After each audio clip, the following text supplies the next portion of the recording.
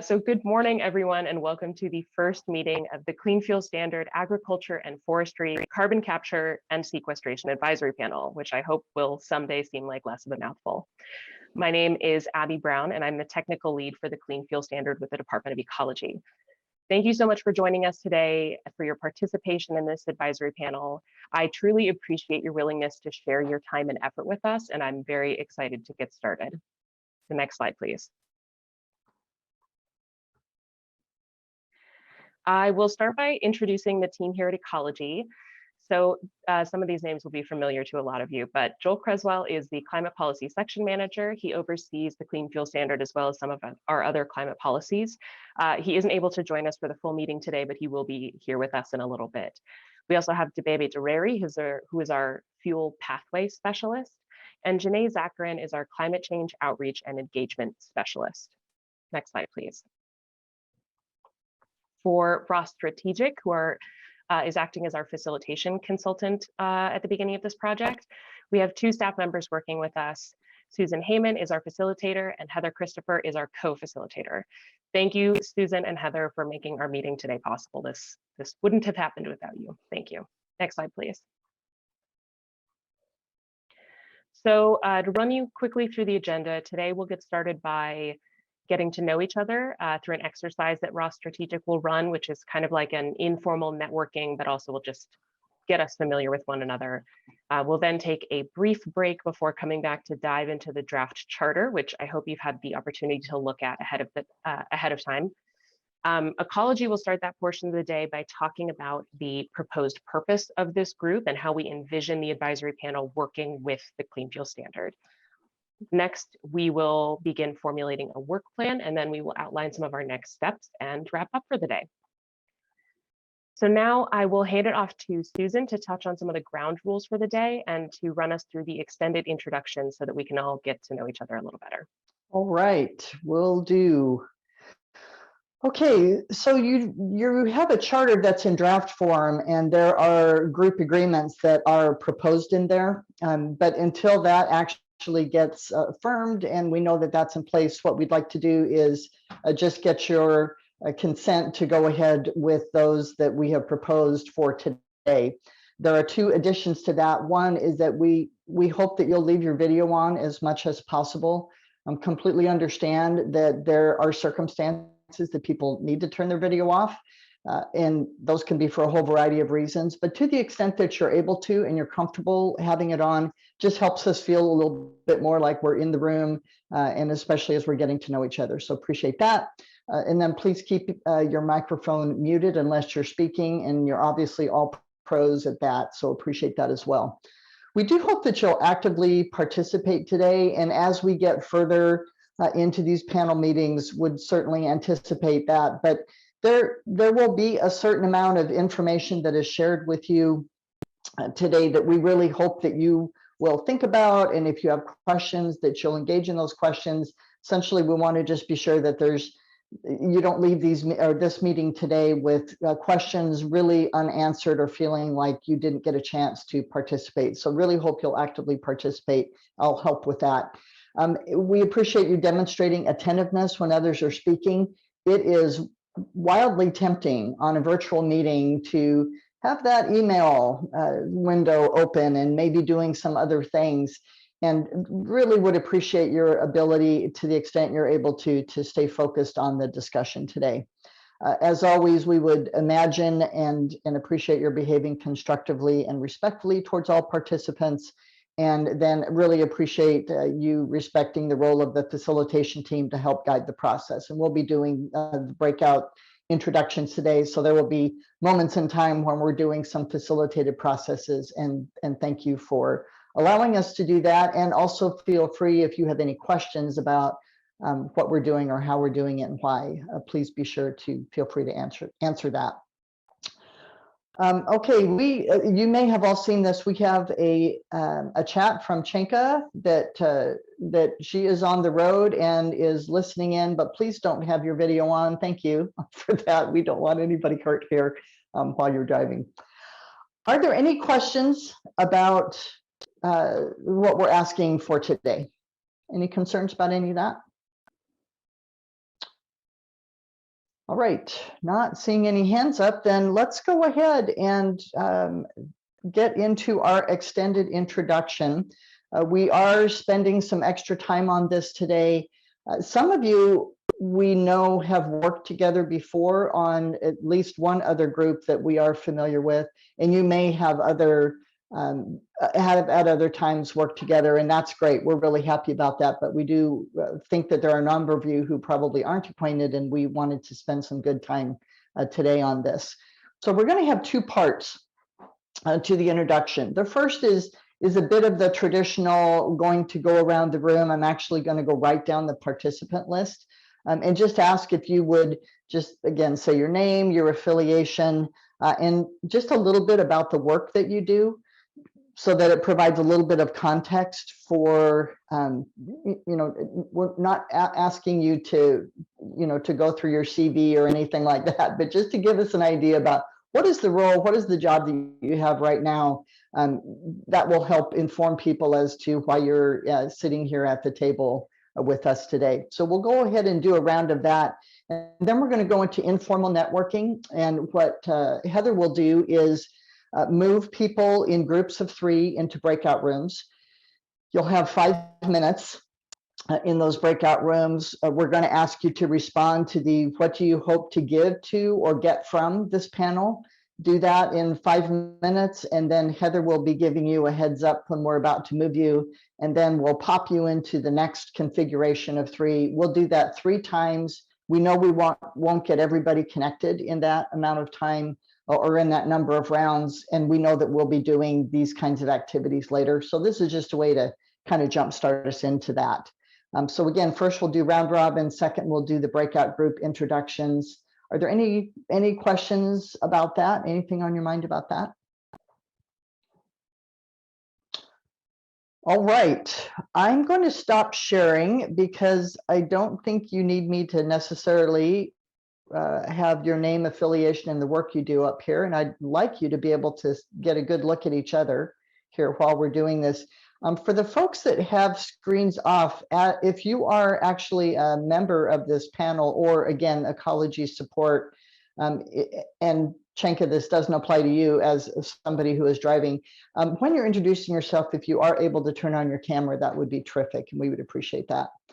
So again, going straight down the list, Abby, you actually are at the top of the list. This is probably an alphabetical thing, but would you please, again, name, affiliation, the work you do? You said a little bit about that when you introduced yourself, but if you would, please. Yeah, absolutely. So my name is Abby Brown. I'm the technical lead for the Clean Fuel Standard at Ecology. It's a little bit of a misleading title because I'm actually the policy lead. So I'm supporting Joel Creswell, who, as I mentioned, is our climate policy section manager, and providing kind of strategic oversight to the development and eventual implementation of the Clean Fuel Standard. Great, thank you, Abby. And I'll actually, sorry, just mention that Debebe messaged me that he had to step away to help his kids with something, so he will be back as soon as he can. All right, very good, thank you. Amanda, you're next on my list.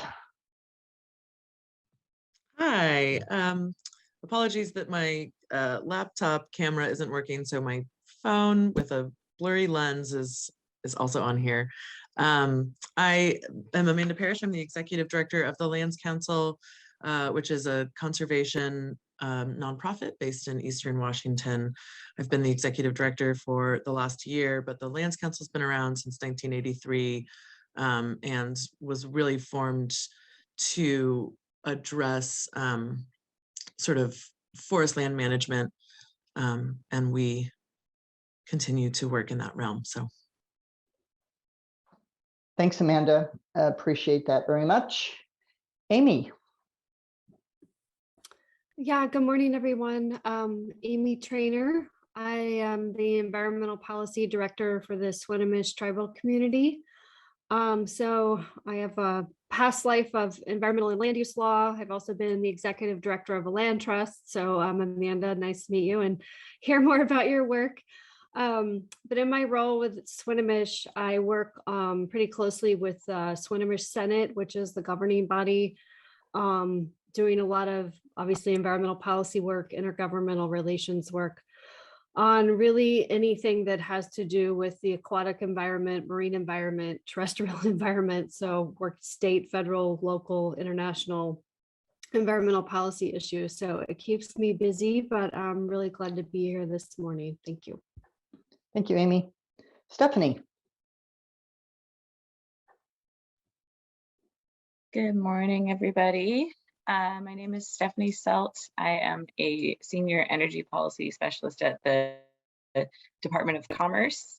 I am here because I think we are trying to make sure that we are tracking the conversations and able to understand and incorporate carbon sequestration in natural and working lands into the state energy strategy. I also have been doing work related to biofuels and hydrogen, as well as rural clean energy innovation. We have some new legislative report coming out soon, and Commerce is looking at trying to find ways to align policy and research and funding, and we're trying to figure out how to better inform our work in relation to agricultural and forest lands, and think about policy and grant programs that might support folks in on those lands and in that context.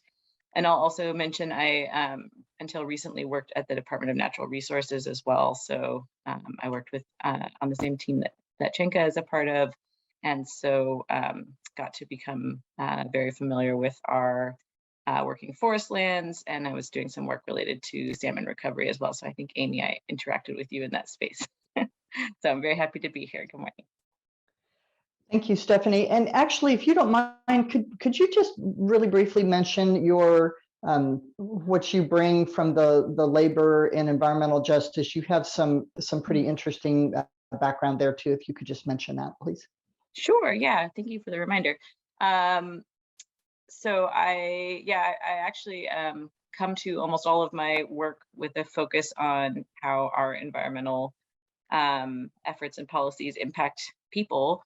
So I worked for a number of years with the Blue-Green Alliance, which was really focused on how you create and support good jobs as part of our environmental work. And when I was at DNR, was part of the Environmental Justice Advisory Committee and was doing work on the HEAL Act. And so I'm really interested as well in really the ways in which carbon sequestration conversations are supporting the folks who work and live on these lands, that we can be thinking about the health disparities and kind of human health equity issues as well. So I'll be looking for opportunities to kind of bring that into the conversation. And thanks for the reminder, Susan. Thank you, Stephanie. Sherry. Hi, everyone. I'm Sherry Carney, and I'm with Columbia Land Trust. I'm our Forest Conservation Director. And Columbia Land Trust is a regional land trust in the southwest part of the state on the lower 250 miles of the Columbia River, actually in Oregon and Washington. So a big region, and we have an orientation to own and manage land, which means we have about 35,000 acres of land under our management in that region. And that makes us also focused on conservation for climate, as well as addressing carbon. We have a carbon sequestration program on our forests. So that's just a little bit about who I am. I oversee all of our forest sort of large scale landscape projects that are addressing not only conservation, but also trying to address climate resiliency and climate change. Great, thank you, Sherry. Chenka, are you able to, in a place where you can do an introduction? Yeah, I can unmute.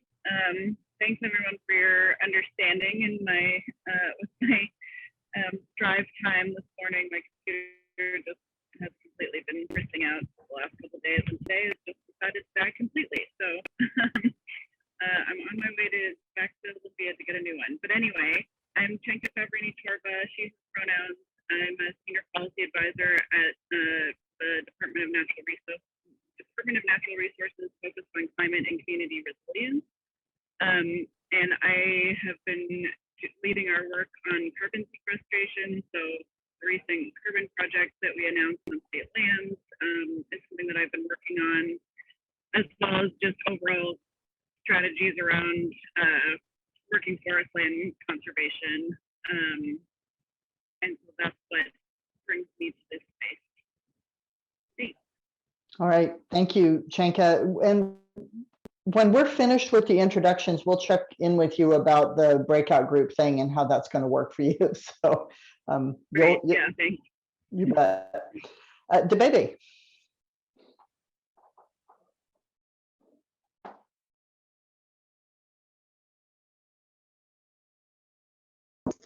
Sorry, I'm taking some time to find my unmute button. So my name is Debebe, and I'm working with ecology in the Clean Fuel program. My main role here is reviewing applications towards crediting or deficiting of fuel supplies, meaning evaluating the greenhouse gas reduction potential of a fuel supply in Washington. And my expectation in this meeting or getting involved with you is to learn how we can encourage or incentivize transportation fuel production related mainly, but mainly that will be the focus for me because I'm working on that, to how do we quantify so that we can encourage this group, meaning agriculture and forest related carbon capture and sequestration in our clean fuel program. That's my main interest area here. Right, thank you very much. Drew, how about you? Hi, my name is Drew Jones. I am a research forester at the Pacific Northwest Research Station out of the Forest Service.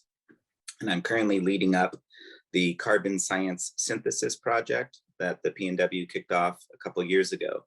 Our goal is to capture everything that's known scientifically about carbon dynamics in Alaska, British Columbia, Washington, Oregon, California, and Hawaii. So just a massive geographic range. We've gathered as much scientific literature as possible, and I'm going through it with a team to try to really synthesize it and capture it. It's not just forests, it's all lands. So that would include farmlands, agriculture, grasslands, things like that.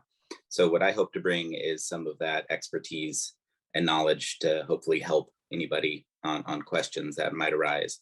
My personal interests in forest carbon, I've been researching it for about 10 years. And you know, as a person, I really want to see these kinds of projects succeed. You know, we need to do something. Looking for win-win opportunities seems like a really good idea. So it sounds to me like that's what this project is all about. And I'm happy to be a part of it. Great, thank you, Drew. Harrison, how about you? Okay, hi everybody. My name is Harrison Pettit. I'm the Chief Development Officer and in the ownership group of a company called Pacific Ag. We are an agricultural operations company. Our main focus is, we're North America's largest crop residue and harvest and supply company, which means we operate big fleets of equipment. We work with about 1,500 growers on their ground. And that ground that they operate is about 5 million acres. We're based in the Pacific Northwest, but as I said, we operate in about 10 states. We supply biomass to 26 states that ship into. My role in particular is as Chief Development Officer is really about understanding and developing new markets.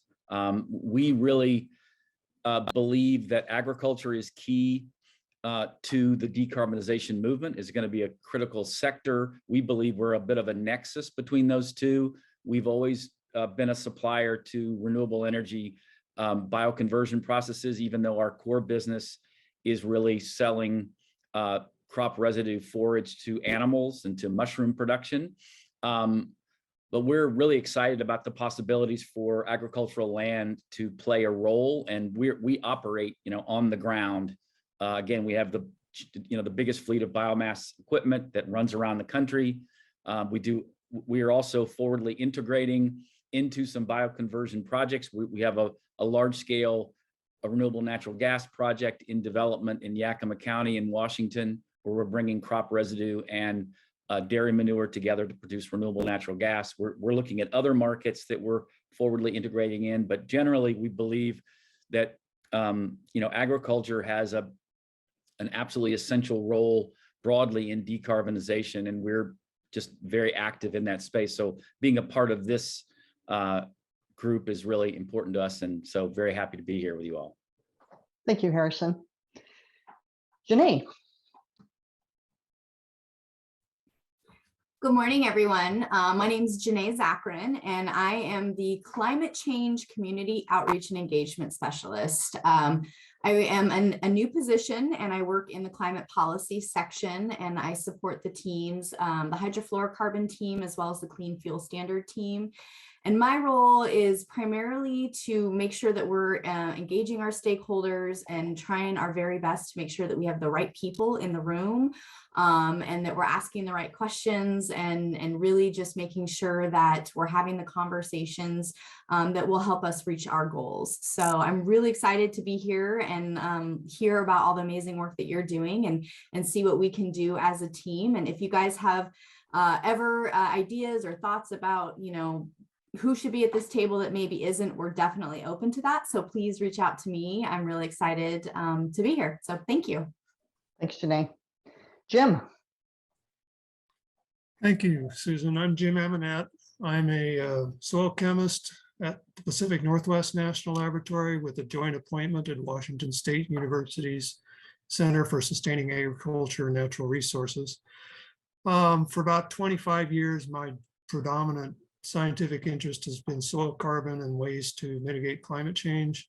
And so I worked on just ordinary soil carbon for a few years and then discovered biochar in about 2005. And so I've now adapted to the point where I think that any way we can harvest the benefit of natural accumulation of carbon from the atmosphere and intercept that and direct it towards climate mitigation is that's the most important thing we can be doing. We have a huge amount of carbon stored every year by nature, and we just need to use it wisely to offset climate change. So I'm all about climate change mitigation using biomass as a source. Thank you, Jim. And I'm very glad that you pronounced your last name, because I'm from Nebraska and I tend to try to make names really sound tricky because I don't want people to necessarily, think that I'm just not getting it. So I'm really glad that you said Amanat and I didn't try to turn that into something French. When I was growing up, what is French? But when I was growing up, I used to talk about Lafayette until somebody pointed out to me that that's his name the same way. And so, got it. Thank you, Jim. Glad that you are here. All right, John. Hi, everyone. John Henriksen here. I'm a small forest landowner. We have a family farm in the Chehalis River Valley in Oakville. And I also have a conservation parcel out on Willapa Bay. And our focus is on salmon habitat. We have restoration projects there, carbon sequestration and timber production, trying to integrate them all together. My previous background is in commercial fisheries in Alaska and software development. And now I'm pretty much exclusively focused on forestry and forest carbon. I'm the chair of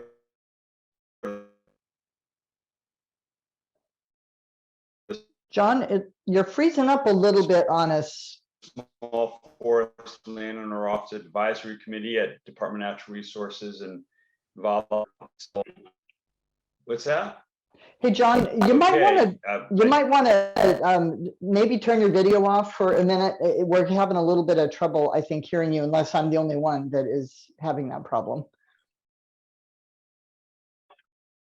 But please continue. I think we heard most of it, but I think I missed it when you were talking about a committee that you were on. And now we're not hearing you at all, John. Okay, yeah, it's the Landowner Office Advisory Committee at Department of Natural Resources, and be working on a carbon work group with the Washington Farm Forestry Association over the next 18 months. So I'm really happy to be part of this process and see how we can integrate landowners, forest landowners in the process, because there's amazing potential there that we have really not tapped. All right, thank you, John. And I have to say your video was coming on really strong until we wanted you to start talking, and then it got to be challenging. So thank you for indulging us there for a minute, and thanks for the introduction. Julius. Hi, everyone. Julius Passe. I'm the executive director of the Climate Trust.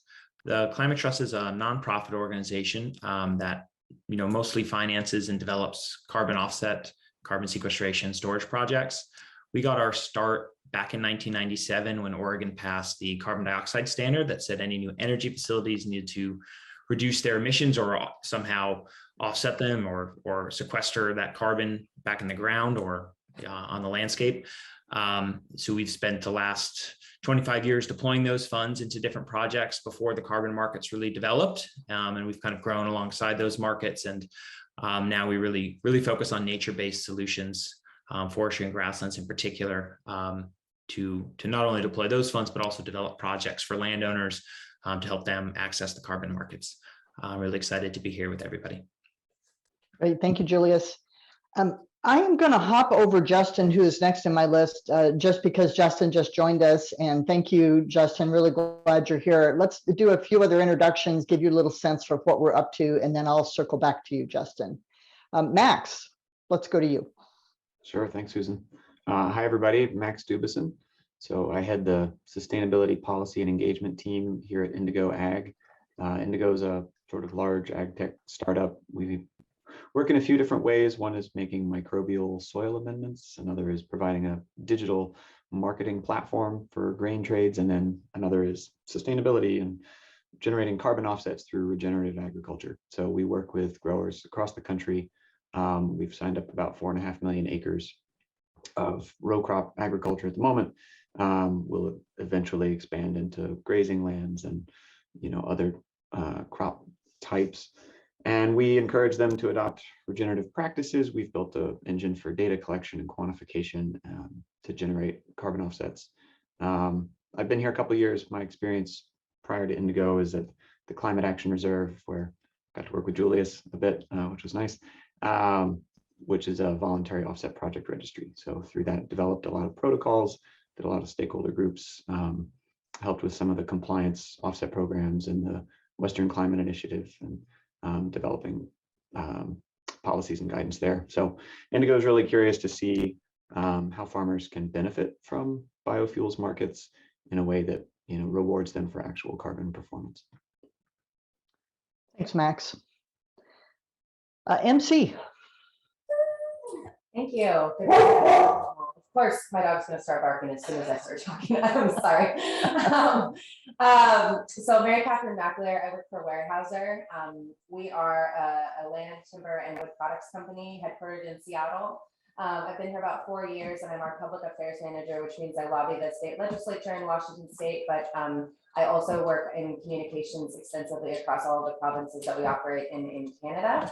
A little bit about Weyerhaeuser, if you're unfamiliar. So we own about 1.34 million acres of timberland in Washington State. We have 2 sawmills, 2 export facilities, a couple nurseries and seed orchards. And so we're really a vertically integrated timber company. And I think the reason that we're here is we store a lot of carbon in our forests, somewhere between 2.3 to 3.6 billion metric tons of CO2 on a continuous basis. And then more of that embedded in the wood products that we create as well. So excited to be here and really looking forward to getting to know everyone. Sorry again about my barking dog. Oh, no, that is okay. And MC, would you, just because it was an interesting piece of the work that you're currently doing, could you just mention what am I trying to say? The logging trucks, the fuel, is there some of those issues that you are thinking about at Weyerhaeuser? Yeah, so we come to this from, I think, two perspectives. So we already have a lot of existing markets for our biomass residuals that come either out of our sawmills or out of the forest, or we're exploring, for example, the bark that comes off of our export logs in Olympia. We're exploring biochar opportunities with that. And so we really are in this position where we're, a feedstock supplier, but we're also a fuel user, because all of those products need to be trucked around, and we have lots of, fleet of big heavy trucks and that are on our forest roads. So we really want to be innovative in this space and are always looking for new opportunities to advance our company in a way that's sustainable. Thanks, MC. Appreciate that. Paul. Good morning, everyone. Paul Buckland. I'm the Forest Resource Manager for Inland Empire Paper Company. We are a paper mill here in Spokane. We've been here 111 years. I manage 120,000 acres split between Eastern Washington and North Idaho, along with a team of foresters. I have 6 foresters that work for me. A little bit about my background. I graduated from University of Montana with a forest management degree, bachelor's degree. I worked for Montana State Parks, Forest Service up in the Nez Perce, Weyerhaeuser out of the Longview office way back when, and forestry consultant in Portland. And I've been here in Spokane for 25 years in 1 week. I also have a small tree farm, which is in the background right here. I live actually south of Coeur d'Alene, Idaho. So my interests are wide and varied. Anything forest related, I'm all about it. In particular, biofuels and biochar. I've actually created some biochar this weekend, right down there, down the hill, reincorporated back into the soil and our garden, but also see opportunity to scale that up in a bigger way. Some of my other interests are we're pursuing a large scale conservation easement on our timberlands, and also I'm involved with the Forest Practices Advisory Committee here in Idaho. And what else is topical? Also coordinating with some research on assisted migration and adaptation trials for seed zones. We're about 12 years into a 25-year study. Pretty interesting stuff going on there. So looking forward to interacting with this group. Thank you, Paul. All right, Justin, you've probably got a little bit of a flavor of what we're doing, name, affiliation, and if you can tell us a little bit about the work you're doing or that your organization is doing, Nature Conservancy, we'd love to hear from you. Sure, thank you, and apologies in advance. I am on the road, so I will be popping off shortly as well. But Justin Allegro here with the Nature Conservancy in Washington. I am the Director of State Government Relations for the Conservancy. For those who don't know, the Nature Conservancy is an international conservation organization, the largest in the country. And our chapter here is engaged in land management, as well as advocacy and communications around conservation priorities. We own and manage 100,000 acres of land as preserves in Washington. We have carbon projects on those lands that are actively generating carbon credits in the voluntary market, and also have been working very closely in the Emerald Edge, which is sort of our name for the landscape from Oregon to southern Alaska, to work with local communities and particularly indigenous peoples around opportunities for carbon storage and forests, and community benefits around those opportunities. So we're mapping a pipeline of potential carbon projects that make sense for communities throughout that entire landscape right now, with a very significant and substantial effort in partnership with tribes in particular. So there's that. And then I would say, the advocacy side, just to be very clear, we've supported, the Clean Fuel Standard and the Climate Commitment Act through advocacy in Olympia, and sort of developing and shaping the policies. And we were instrumental in sort of helping to establish the Climate Alliance for Jobs and Clean Energy, which is a coalition of environmental organizations, labor, and environmental justice communities. And through those landscapes, it really had a lot of conversations around offsets and the role of carbon offsets in any kind of a regulatory market, whether that's clean fuels or carbon cap and invest program.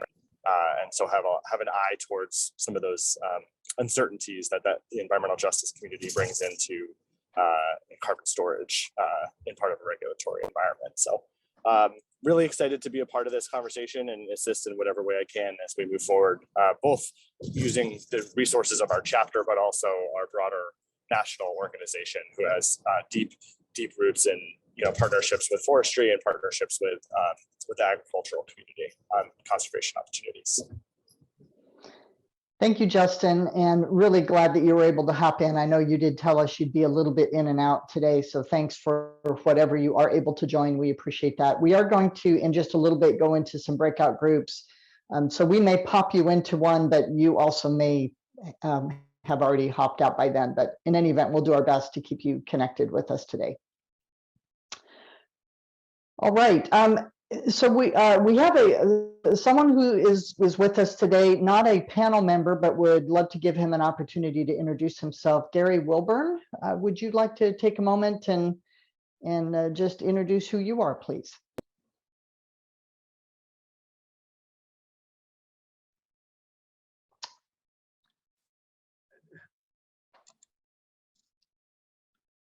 Hello, I'm Gary Wilburn. I'm not sure how I got the invite, but I am staff in the Washington State Senate and work on climate and energy issues, including the clean fuels legislation that sets up this panel. I've been following getting our carbon programs stood up, and so the work of this panel will be an important one as we look for ways to get our working land owners to get some benefit from these emerging carbon markets. Thanks. Great, thank you, Gary. All right, I think as I look around the room here, I believe everyone has had an opportunity to introduce themselves. Before we hop into our breakout piece of this extended introductions, just want to mention just a little bit more about Heather and I and what we're doing in this space. So I am a facilitator with Ross Strategic. I have interacted with some of you in some other kinds of advisory kind of group facilitations. I have a natural resource background and I've worked both in ag and forestry, and so love this opportunity to be supporting a conversation for all of you. And that certainly is my job, is to try to help you all to have as productive a conversation as possible from a third-party neutral perspective. And Heather Christopher is joining me. Heather, do you just want to say hello and mention your background? Sure, I'm Heather Christopher. I'm an associate at Ross Strategic. I spoke with a lot of you during our pre-interview process, and I'm involved with a lot of work on low carbon transportation and clean fuel standard and zero emission vehicles. So excited to be working with you all. Thanks, Heather. And if, again, anytime during this meeting or future meetings, if you have any questions about either technology kinds of things, as technology is in the meeting technology, be sure to ping Heather. We had her phone number and her email up, and Heather, if you might want to drop that into the chat just so that people have that handy in case they didn't see it. And then if there's ever a question as we're going about how we're doing this, or if you have a question in between meetings or a concern, please feel free to reach out to Heather or I. I'm very happy to help you. That is the goal here, is to try to make your time together as productive as possible. So with that, let me share my screen one more time as far as what we're doing with the, now we'll go into some breakout group introductions here. And we will drop this question into the chat for each of the breakout groups, because if you are anything like me, once you go into a breakout group, you immediately forget what it is you're supposed to be doing in that room. So we will be sure to make that easy for you. So again, we're going to have 3 rounds. Each round will be 5 minutes. And Heather is going to move 3 of you at a time, or move you into groups of 3. We'll do that. What we'd like you to do is manage your 5 minutes and give everybody, each of you, a chance to respond to essentially what do you hope to get from this panel process. And if you're not able to answer both of those, just give one of those things that's compelling to you. Heather will provide a little heads up. It usually shows up in the upper part of your breakout group screen. There'll be a timer, and she'll send a little broadcast message that says you have 1 minute left. And then we rather unceremoniously just move you to the next group. And there might be a little bit of a transition moment there, but we know that, or we imagine that we'll end up cutting some people off. We really apologize for that. Please don't be concerned. We're going to try to give many more opportunities for this kind of informal conversation, but that's just a little bit about how that works. So before we move you, and I'm just taking a look here. Got it. Thank you. Before we go ahead and move you into rooms, I just want to check, are there any questions that people have about this next round of 3 conversations? Or breakout rooms? Anybody not done those before and feel queasy about it? Hopefully not. All right, not seeing any hands raised. Let's go ahead. So Heather, we'll move you into a room. We will just move panelists. So Gary, we will not move you into a room. You're welcome to stay in the main room with Heather and I, or hop out as you need to. So let's go ahead and move into breakout groups. And so again, 3 minutes or 5 minutes, 5 minutes, 5 minutes. We'll see you all back together here to continue the conversation in probably a little over 15. And so just to recap, we had some extended introductions, sent people into breakout rooms to have some conversations, came back, talked just a little bit about that, and then we took a break. And so now we are ready to move into our next topic, which is talking about the advisory panel charter. And the first important part of that conversation, and I'm going to go ahead and share these slides. The first important part of the advisory panel charter conversation is the purpose and outcomes for the group. When you were sent the document, and again, hopefully, and Abby referenced this, but I'm hoping that you had a chance to give it a read. Certainly one of the really critical parts of charter documents is what exactly is this group about? And what are my responsibilities as a member, and what are the responsibilities of a convener, in this case, ecology. So we're going to spend a little bit of time talking about that before we jump into the document itself and see if you have any questions there about any of that.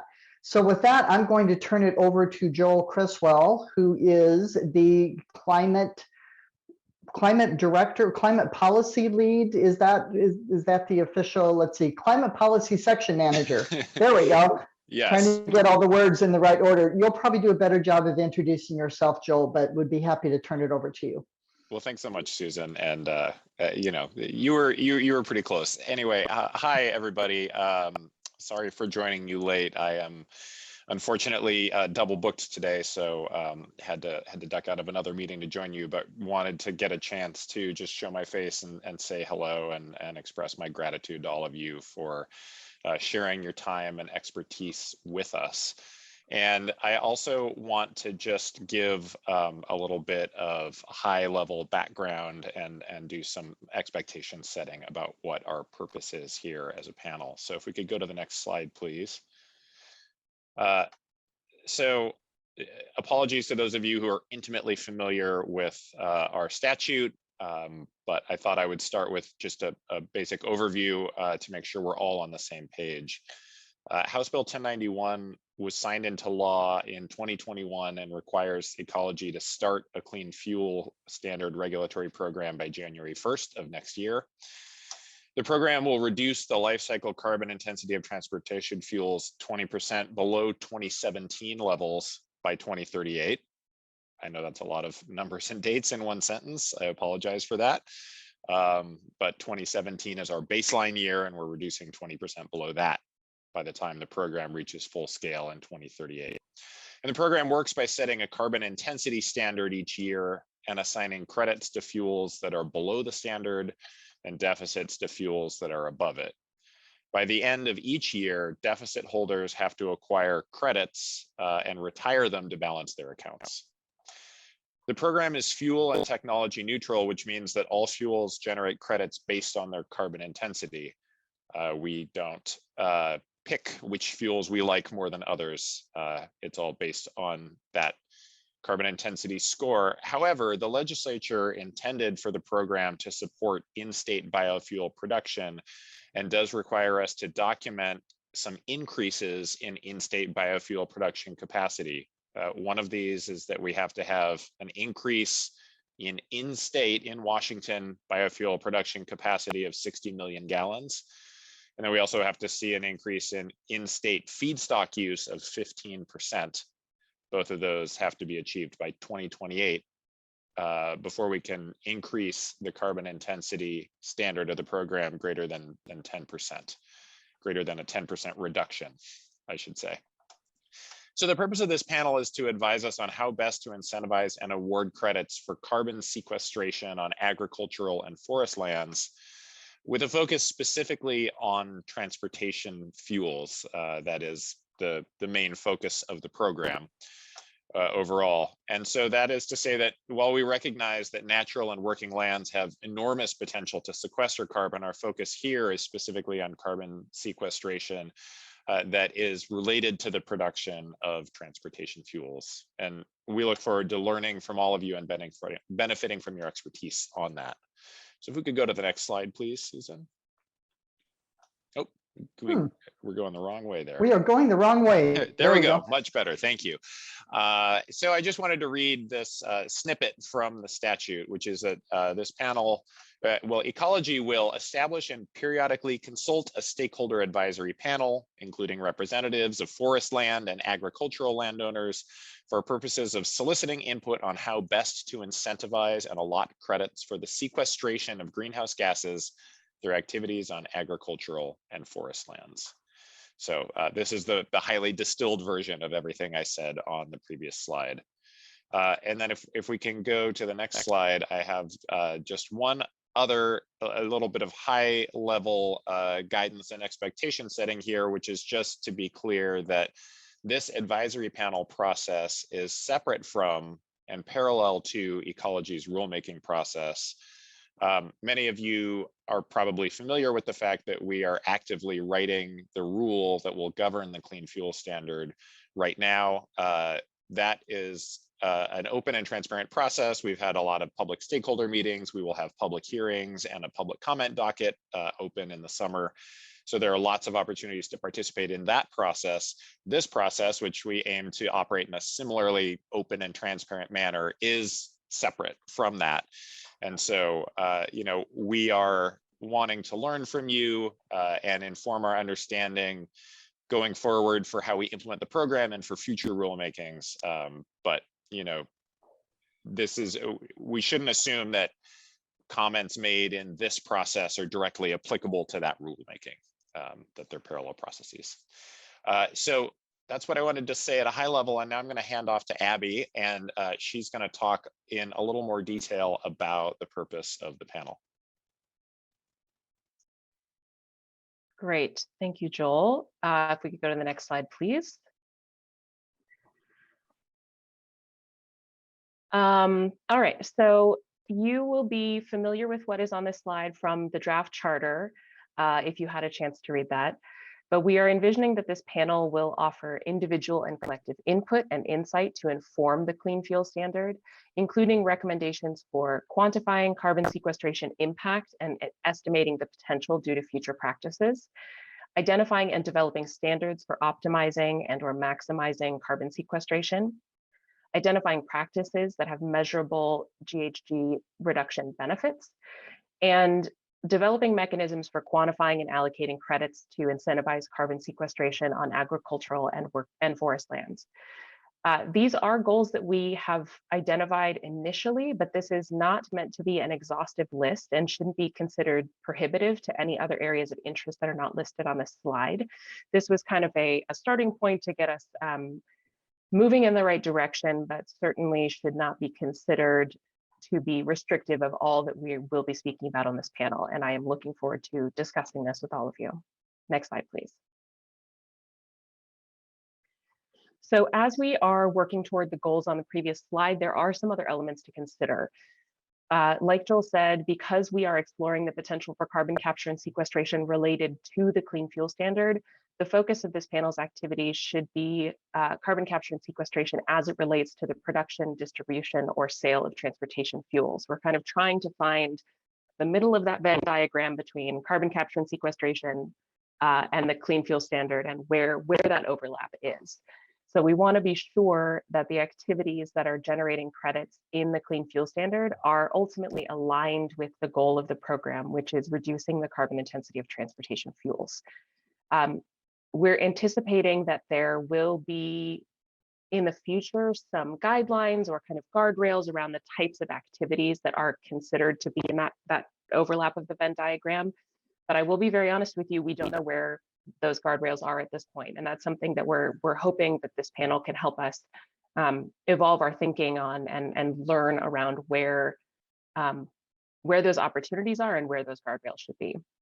So second, that this panel will inform the biennial technological review that ecology is required to do by statute.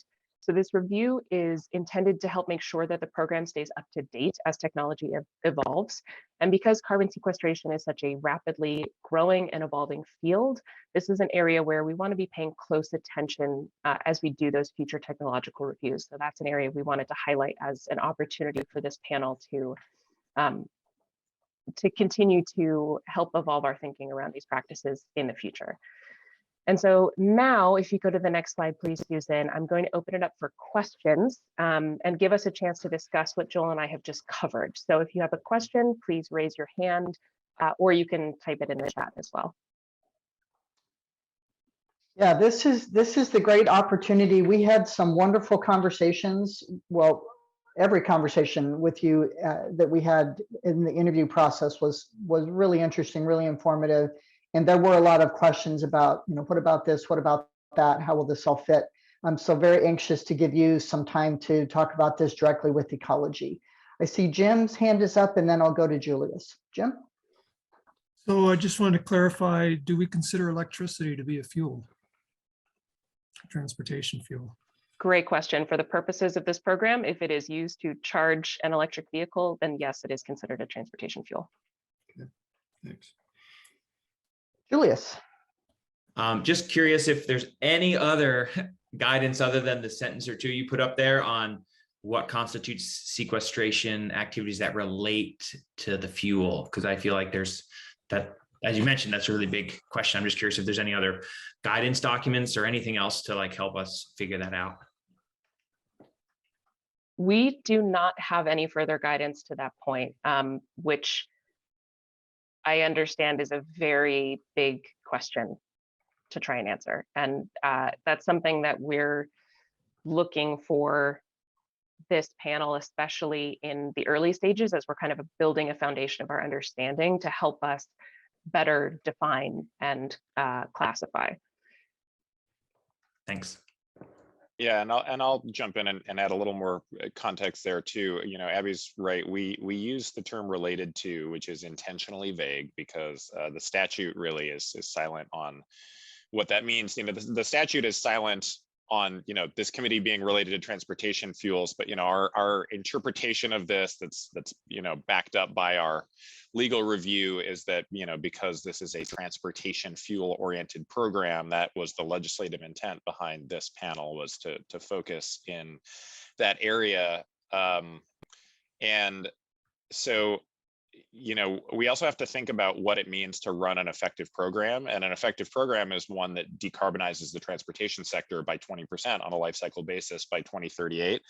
And so, you know, the way that happens is we are distributing the value created by deficit generators, you know, having an obligation to buy credits among low carbon fuels. And how do we best incentivize low carbon fuels to come into the market in a way that achieves our decarbonization goals at the lowest cost for Washington consumers?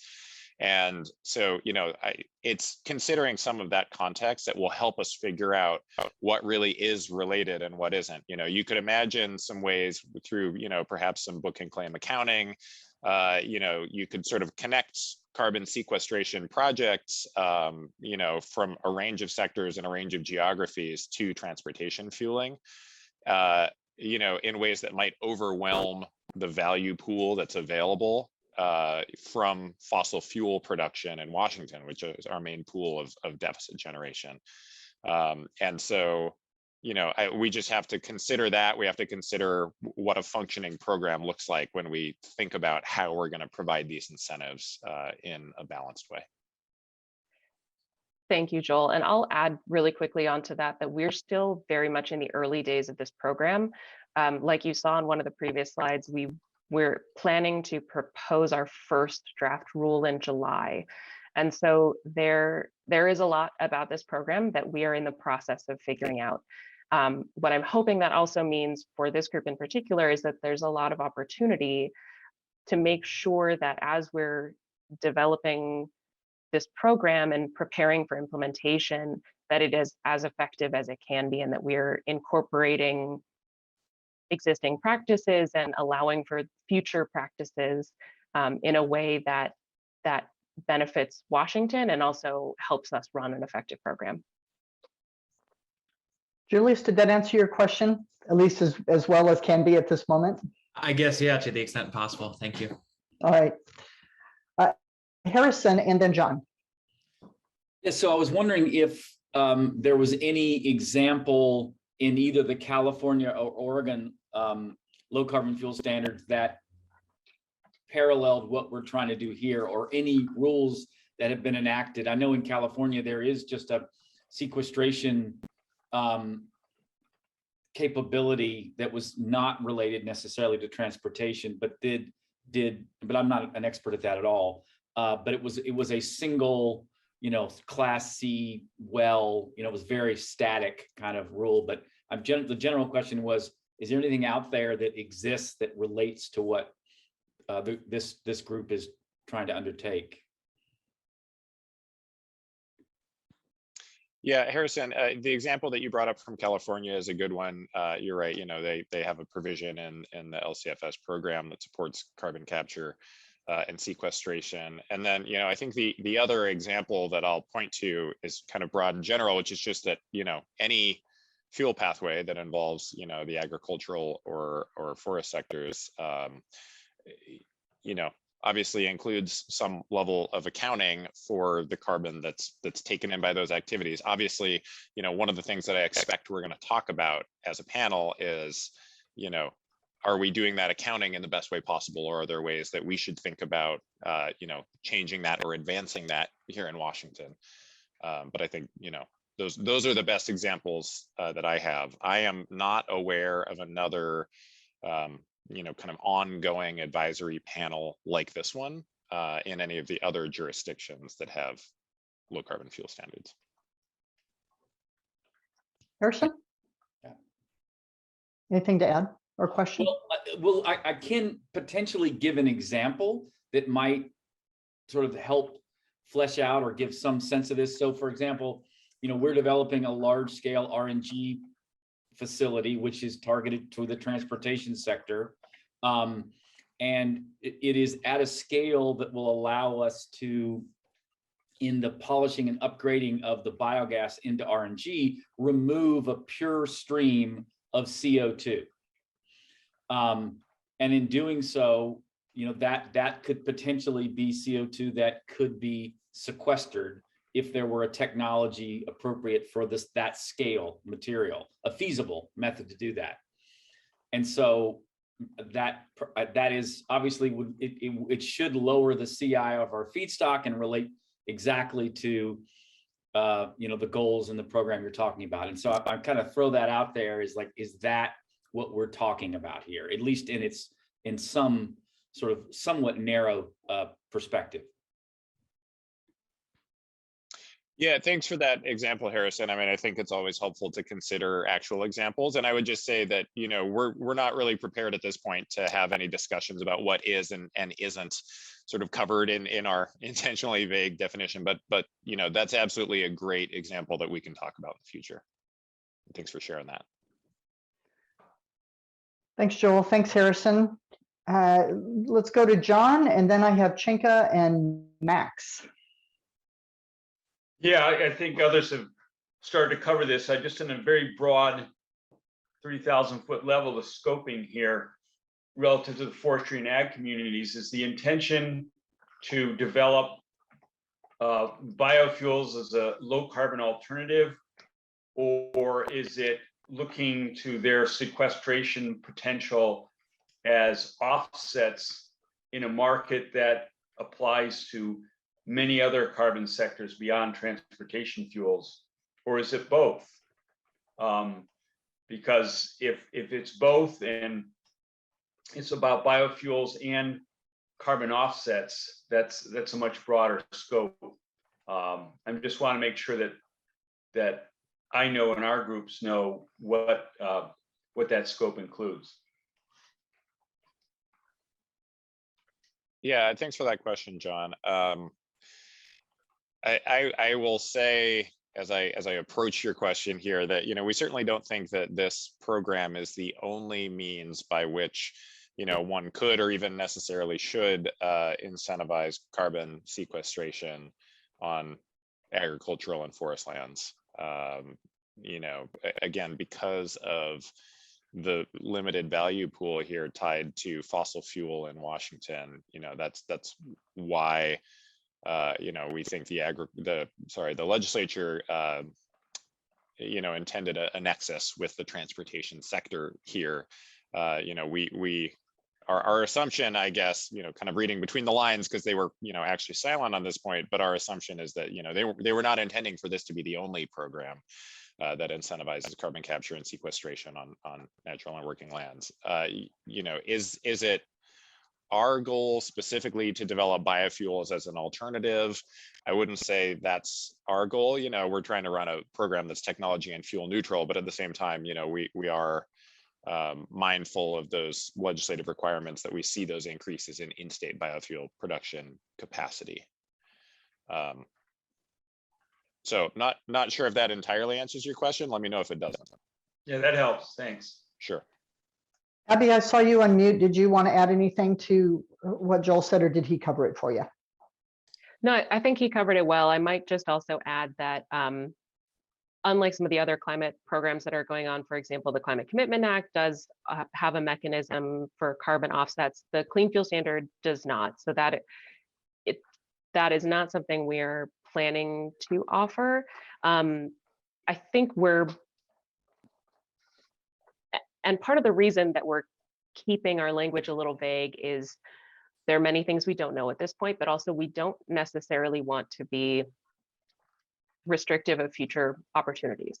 And so, or prescriptive to this panel to be brainstorming and thinking of creative solutions to things. So we're trying to find a balance between meeting our statutory requirements while also making sure our program accommodates for carbon sequestration as it's related to the life cycle assessment of these fuels. And that could mean different things for different fuels and different feedstocks.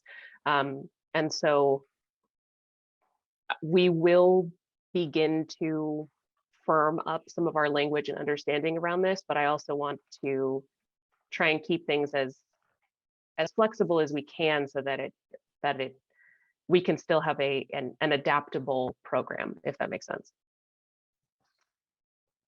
Thanks, Abby. And I'm loving these questions, and just know when we talk about the work plan, we'll be asking you all to make some suggestions as far as topics that you might like to see discussed, questions you might like to see explored over the next couple of meetings.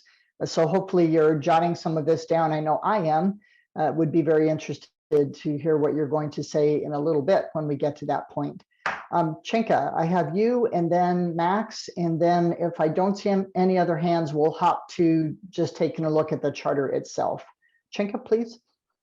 Thank you. Yeah, so I think I'm still a little bit confused too about this question of scope. And I think John's question captured it well of, are we talking about like offsets, or are we talking about the production of fuels for transportation? And I guess I'm confused because the charter talks about, you know, the credits piece, and maybe what was just said now clarifies a little bit, but like, because I was thinking of credits as like offset credits, but maybe that's a lack of familiarity with the policy, because you had just said that this is not about offsets. And so when you talk about maybe you can clarify what you mean when you talk about the credits that's mentioned in the charter. And then I'm also just a little bit confused because unless I'm looking at an older version of the charter or something like that, I didn't see in it where it has the line from the slide earlier about related to transportation. I don't know if you could even put that slide back up. It might be helpful to see it again, because it seems like it's talking about two kind of slightly different things, where, you know, there's this piece of soliciting input on how to best incentivize and allot credits for the sequestration of greenhouse gases through activities on agricultural and forest lands, which doesn't actually mention transportation or like the production of transportation fuels at all. And so that's why I think I had been getting in my head that, you know, this is about incentivizing practices that increases carbon sequestration on these types of lands as a way to then offset emissions from transportation fuels.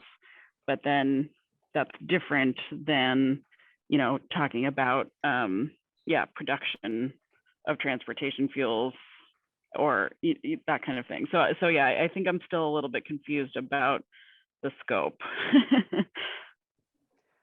Yeah, thank you. Thank you for that, Chinka. So just to answer your first question about how crediting works in the Clean Fuel Standard, credits are assigned to transportation fuels based on their carbon intensity, and the carbon intensity is measured over the life cycle of the fuel. So that kind of wells to wheels perspective, wells being used loosely here because sometimes it's a biofuel. And as part of, say, the production of a biofuel, there may be carbon sequestration benefits coming from either, say, farming practices, forestry practices, things like that, that we want to account for as we are assigning that carbon intensity score that will then represent the number of credits that entity, the fuel producer, receives in the Clean Fuel Standard. So, okay, I hope that answers the question about that. It's, yeah, that's it's not helpful. really the offsets. Yeah. Yeah. Okay.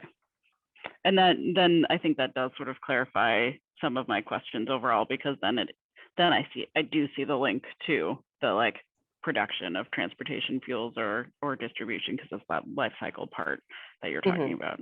Okay. Right. Okay. Thank you. Yeah, I would say, you know, at a high level, the goal of a low carbon fuel standard or clean fuel standard program is to substitute lower carbon fuels for higher carbon fuels. And so, you know, the accounting for the carbon intensity of the fuels comes in because you have to know, you know, how much carbon are you saving in that substitution, but it is still tied back to the substitution of a low carbon fuel for a high carbon fuel. Thanks. All right, thanks, Abby. Thank you, Joel. Let's go over to Max and catch his question or comment. Thanks. And forgive me if this goes into the weeds. It's just kind of where my brain started to go is listening to the conversations. So I sort of two thoughts. One is sort of around the interaction between low carbon fuels and offsets, and wanting to keep in mind the possibility of using offset creation as fuel pathways, and the ability to take a sort of intervention into the life cycle kind of approach, similar to what Gold Standard is doing with their value change initiative, which is focused on supply chains rather than fuels necessarily. But we've done a lot of thinking about that, and there are some reasons why it could end up being sort of a cleaner approach for certain fuels. And then my other question is sort of how we should be thinking about baselines here. You know, with both forest and ag, you're going to have sequestration. Some of it's going to be new removal of carbon from the atmosphere, and some of it's going to be avoided loss of carbon from the system, depending on how you change the management there. And, you know, obviously they're both important. And so some of it just depends on the history of that lane. So I want to keep that in mind. Thanks, Max. And again, may not have all those answers today. Looking for Abby and Jill to respond. Definitely tracking some of these things is very interesting conversations. So Abby and Joel, to the extent that that you can speak to that from a scope of the panel, that would be great. Yeah, I am. I'm not entirely sure how to answer the first part of your question, so I think we can keep talking about that. And I'll just note that the question of kind of the valuation of avoided emissions is certainly something we are thinking about. And I know other jurisdictions, for example, California is as well, say avoided methane emissions from capturing of renewable natural gas at landfills. But I don't know that we're prepared to speak much further than that at this point. Joel, anything to add? Okay. No, thanks, Max? Susan. Oh, pardon me. Okay. So Max, those sound like good questions to explore further. Anything else on your mind right now? Okay. All right. Let's then, thanks for the questions. I don't see any other hands up, but I'm sure there are other things that are on your mind. I'd like to just take a few minutes and take a look at the actual charter document itself. And Cenk, I did notice the point you made about not seeing this reference to the transportation piece in there. And so that feels to me like a note that we should be taking, and maybe as we do an iteration of this, perhaps try to build that in a little bit, you clarify that a little bit. So appreciate that. Yeah, I agree. Thank you for pointing that out, Chinka. So let's go ahead. The other thing I just wanted to note is we've had a couple people mentioning, I think just a couple, that they're going to have to leave early.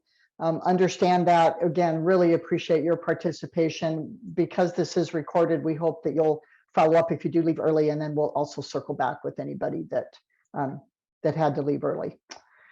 Okay, so what I'm going to do is I'm going to stop sharing this, and I'm going to hop over to the charter. And what we are not going to do, let me say that out loud. What we're not going to do is go through this charter line by line.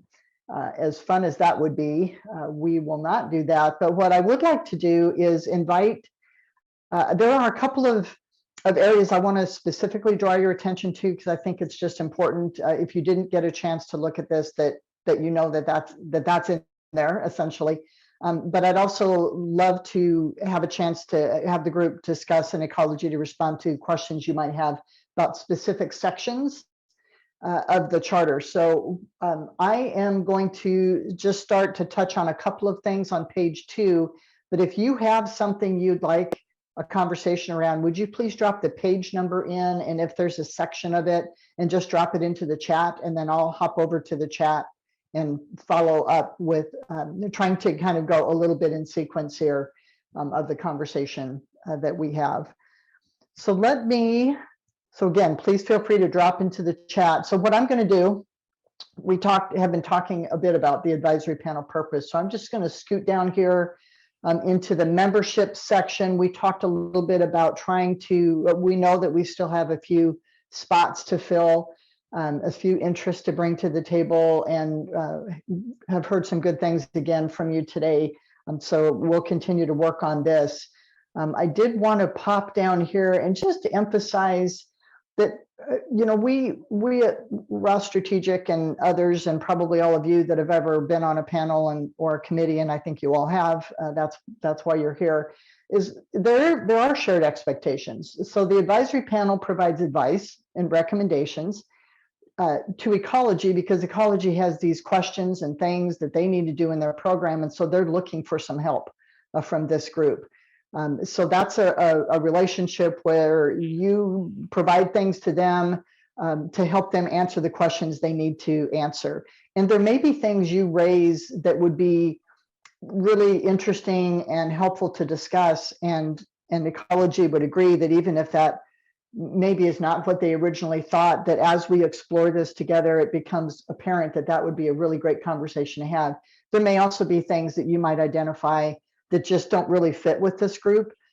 So this expectation is how we just try to calibrate what you're being asked to weigh in on, the things you're interested in weighing in on, with what ecology is going to need to ask you for advice and recommendations on.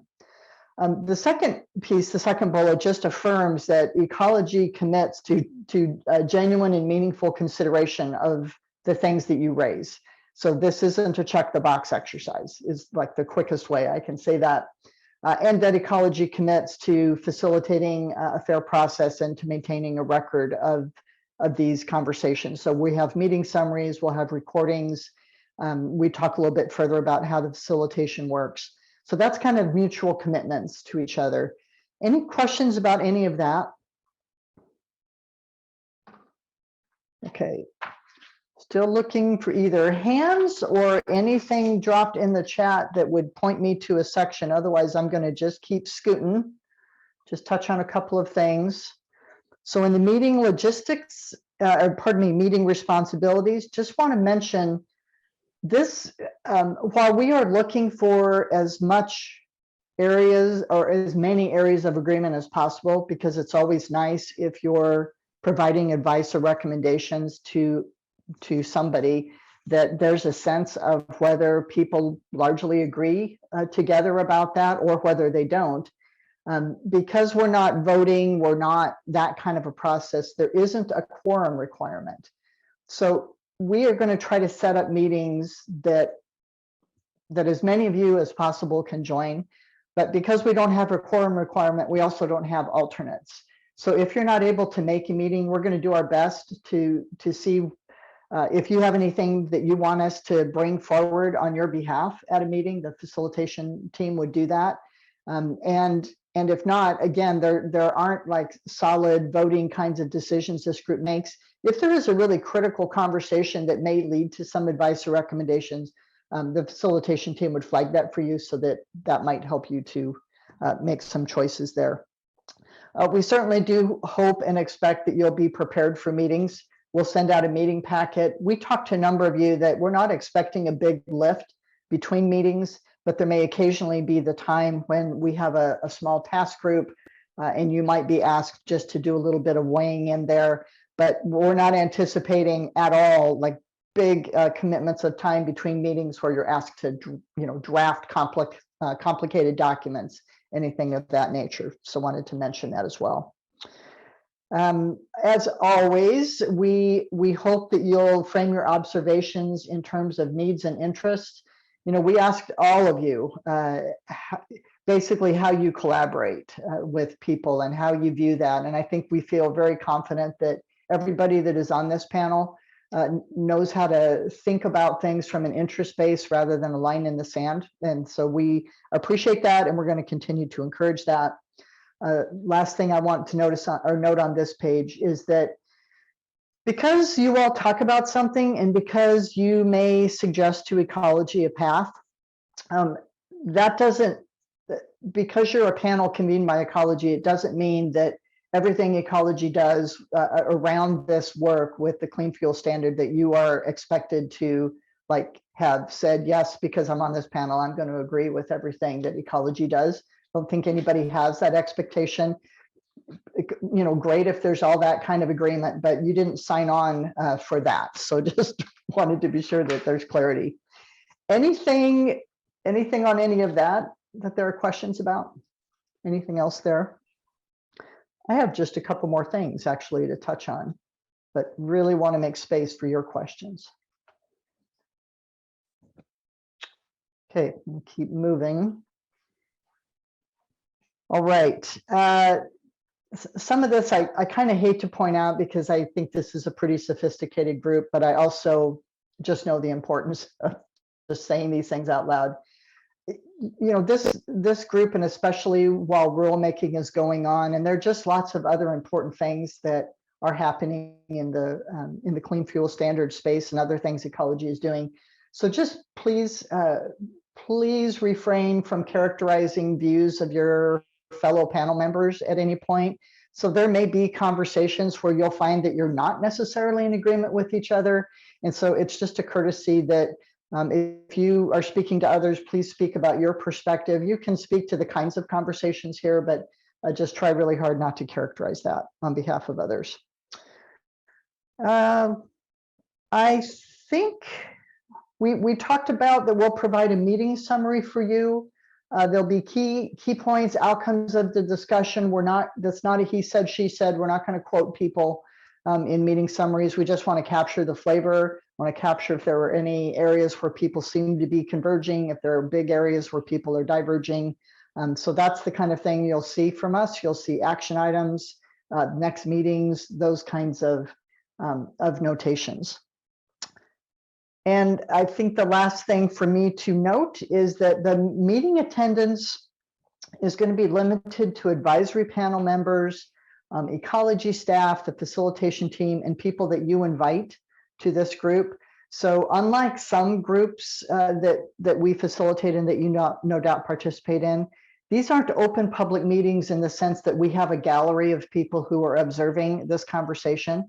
So part of that to try to meet the need for transparency is to record these, to have them posted so people can see what the discussion is about, the meeting summaries, any presentations, that kind of thing. So if you want to bring somebody else from your organization to either shadow you or because they may be providing some some technical support in a conversation or policy support, whatever that looks like, you could just give us a heads up about that. Just so that we make sure that we all know who is going to be in the room with us. Is there anything in particular about that point that there might be any question about or concern?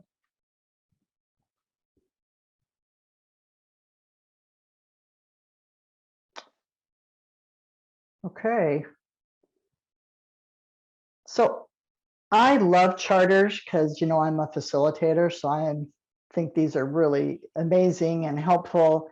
But I'm also, if you don't have any questions and you feel comfortable with what we're doing here, again, not taking a vote on it, but what we'll do, I think, all I'm saying right now is that we would just clarify, Abby, the piece about, the reference to transportation fuels in here, clarify that a little bit in the scope and purpose. Otherwise, I'm not seeing any discomfort or questions about other parts of the charter. So if there aren't any, we don't need to belabor this any further, okay? And again, the agreements for how everybody works together, if there's any concern about that, please let me know. Otherwise, we will just operate that way. And these are very much living documents, and this is potentially a long panel process. So if there gets to be a time where people are not feeling like they're needing to, or if there gets to be a time that this charter needs to be adapted a little bit, then we will most certainly do that. All right, I think with that, I will stop talking about the charter and we'll go ahead and move on to the next topic, unless there's any other or any question or discussion about that. All right. then let's move into the work planning aspect here. So this is the advisory panel work plan. So we have a meeting that we're planning in June, and we also mentioned to each of you that we'll be planning meetings in each month up through December, and that at that point there would be an assessment as to how often you need to meet. And honestly, if between now and December you decide you don't need to meet monthly, I'm sure ecology would adjust that too. Nobody wants to meet any more frequently than is needed. And there's also something to be said for building a little bit of momentum for these processes. So I think that's partly the importance of maybe meeting monthly through December and then seeing what that looks like. So what we'd like to do is go to something called a mural board. And I would be interested to know how many of you are familiar with the use of a tool called Mural, M-U-R-A-L. Anybody? Some of you are, that's fantastic. I'm going to share my screen and show this to you. And then Heather is going to drop the link to this into the chat. Thanks, Justin, good to know. And we will probably use this tool periodically, so would love to get you comfortable with it. And it's especially helpful, I think, for us to think about work planning and some of the topics that you will be discussing. So let me show this on screen. I'll orient you a bit to this document or to this screen here. Give me just a second to get to the right place. And then we'll give you the link. So is this showing up okay for everybody? All right. So this is, I'm going to zoom in, but this is what we call the canvas or the main mural board. There are different pieces or different places that we're going to focus your attention on during the discussion we're having right now, and certainly in the future. So I'm going to zoom up here. I zoom up by using my scroll wheel, or I can zoom up by down here. There's a little navigation, kind of almost like a locator map. And you can pop onto there and you can drag and pull yourself to the part of the mural board that you want to be in. You can also use this tool as a way to scroll up and scroll down. So those are important features. You can basically drag and drop this anywhere that you need to. I find that one of the greatest challenges people have with mural is they drop into the screen and they're way zoomed in and they're like, it's all just a white, a whiteboard. I can't see where I am. So if that happens to you, I would say just scroll yourself out, or go over here and really make it so that you're just seeing as much as possible, and you should be able to find your way to the board. So what we're going to do are some things that involve the use of what we call sticky notes, and that's just because we all used to be in meetings together in person, and you probably used an activity at one time or another where some facilitator had you take sticky notes and brainstorm things or whatever that might look like, put them up on a board, and then you organize them, and then you move things around, and that's really what we're doing in a virtual space. So these are essentially sticky notes, if you will, that you can drag and drop, and you can edit on them by just double clicking. And the really great thing is each of you can zoom in as much as you need to see this at whatever level you need to see it. And then you just drag it and you move it around. All of these pieces of the board that we don't want you to move are locked. So hopefully there's nothing you grab and it gets jerked around, because that does happen. And sometimes the facilitators might forget to lock something. And if that happens, no worries, we will get that taken care of. So we're going to ask you in a minute here to take a couple minutes on your own. We're going to ask you, number one, to be in this brainstorming space. What topics or questions are important to explore in the first 3 months? We're just going to go 3 months. Some of the things that you just raised in our conversation with Abby and Joel a minute ago would be some of those things that might fit really nicely in here. So we're going to first just collect information in this board, and then we're going to come over to here And we're going to see if we actually want to drop them individually as potential topics or framing questions. We often find topics work really well if they're phrased as a question. And then we'll go and identify if there's particular kinds of information that you think would be helpful in this conversation. And if you know of any particular sources, we'd identify that. And then lastly, we'll try to flag if there's a particular month that we think that would be helpful in June, July, or August. So that's the activity. All you need to know how to do is either to drag and drop stuff around. If you don't want to drag, you can double click and it just creates a sticky note for you, and then you can move that around however you want. So before we give you control of the board, any questions about just that kind of general functionality? And if anybody has difficulties with this, hi Chenka. If anybody has difficulties with this, you can just drop a chat into Heather and she will make the note and put it on the board wherever it needs to go. Generally what we do is if everybody can get into the board, and Heather, why don't you go ahead and, oh, you did drop the link. If everybody can get into the board, then I'll stop screen sharing because it can be a little bit messy if I'm showing the mural board and you're trying to be in it and you only have one monitor. That gets to be a bit of a mess.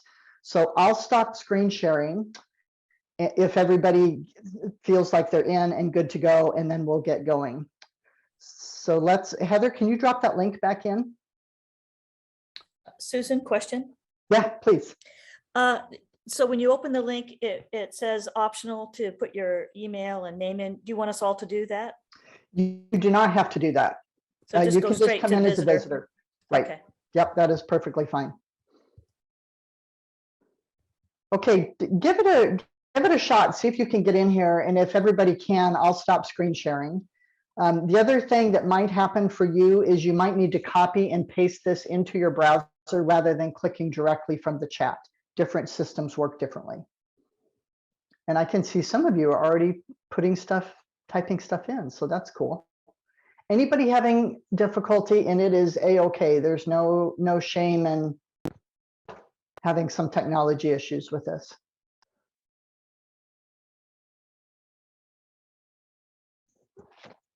Okay, I'm going to stop screen sharing then, if everybody's in there. So I'm going to do this. I think it'll be easier for you. And if you would, let's take maybe try 3 minutes, just working independently.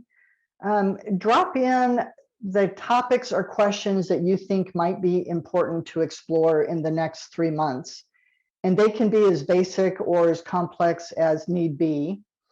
And you can pull them into that section 1, or you can just keep working in the brainstorm space, and then we'll kind of move those over. I'm guessing there might be a little bit of grouping, so maybe hold off pulling them into here for now and just stay in this brainstorming space, if you would. So I'm going to quit talking. We'll give you about 3 minutes, and then we will check back.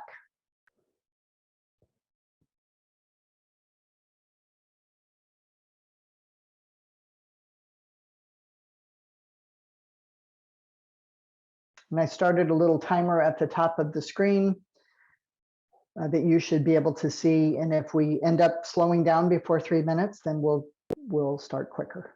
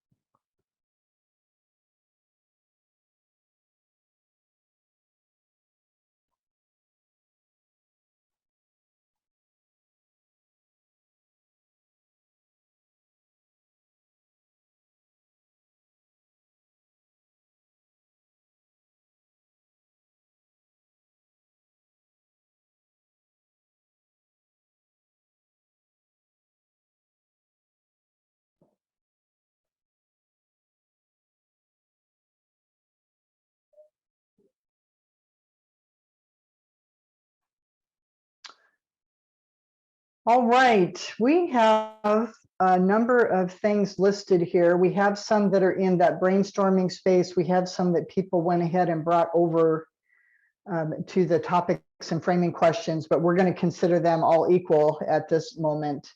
And some of these may group up a little bit together. So let's, before we go anywhere at all into the area of 2, the information needs, let's look at the topics and framing questions. And some of these are at different levels. So let's just talk about some of these. I might bring these back into our brainstorming space so that we can see if we've got anything that is grouped up here. So let me just go ahead and do that. So we have identify existing practices that have measurable greenhouse gas benefits. Are there other ones of these that speak to that from a grouping standpoint? Did anyone else raise that up? We had a couple about additionality. Looking for any raised hands. Okay, I'm going to bring these over. Okay, so we have additionality, we have the definition and mechanisms for permanence. That is a different topic. These two, so we have a couple about additionality. So as I group these, or if you see something that you think groups together well, that would be terrific. What is an LCA? What are the boundaries of an LCA for biofuels? Life cycle assessment or life cycle analysis?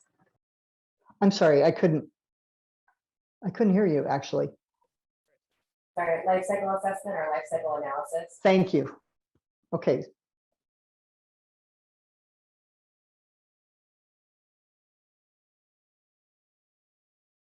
So what about the ones that that speak to the carbon crediting piece? We've got some that speak to that piece, as well as that talk about land practices. So if we have practices, financial and energy cost, boundary of carbon offsets. So if we were putting things in the carbon offset piece, looks like we have some over here. We have some scale, carbon equivalents. We have ensuring that cropland for biofuels doesn't result in conversion of land elsewhere. So there could be a conversation around that. Clarifying definition and mechanisms for ensuring permanence is and pardon me just for not being knowledgeable, definition mechanisms for ensuring permanence at what scale, that does not have anything directly with additionality or causality, correct? Correct. That's a separate topic? Correct. Okay. We had just a general begin to build a common vocabulary for carbon sequester and capture and sequestration. Biofuel production doesn't increase emissions and produce a biofuel baseline scenario. Life cycle stages. So we have a couple on life cycle stages. Do you see any other grouping than what I have on the screen, or have I incorrectly grouped any of these? I think the biofuel production emissions question probably goes with the additionality questions. I think it's the same. They just didn't use the term. This one here? This one here.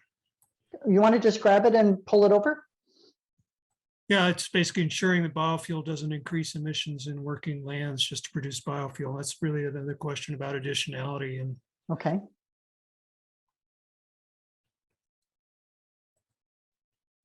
All right, great. So I'm guessing that some of these topics that you would embark on, there are multiple pieces to those. So you may start a topic and not get it done in a 45-minute discussion at a meeting. Am I correct in that assessment that it might be more complicated than that? So there could be a topic here that you might say, let's follow that for the next couple of meetings, because it is going to be complicated enough that we're not going to be able to just start it and stop it in the same place. So think about that. think about what we've got up on the screen here now. Oh, pardon me, I think I missed one down here. Oh, missed a couple more down here. All right, let me bring these over. And again, if you see them grouping up, then feel free to drag them over into something that does fit. So we had life. Okay, so we have that. We have the environmental justice, lens, overburdened communities, health and air quality impacts. There can be some connection between those things, and so there's relationships there, but not exactly the same thing with equity and environmental justice impacts, not exclusively being around air, certainly broader than that. Okay. All right, so these sound like really interesting topics to start with. We have another EJ overburdened communities aspect coming in. So as you're thinking about these things that are on the board, one of the things that we often do, or almost always do with committees, panels, this kind of a group, is we do something that's called level setting, which I'm sure is a familiar concept to all of you.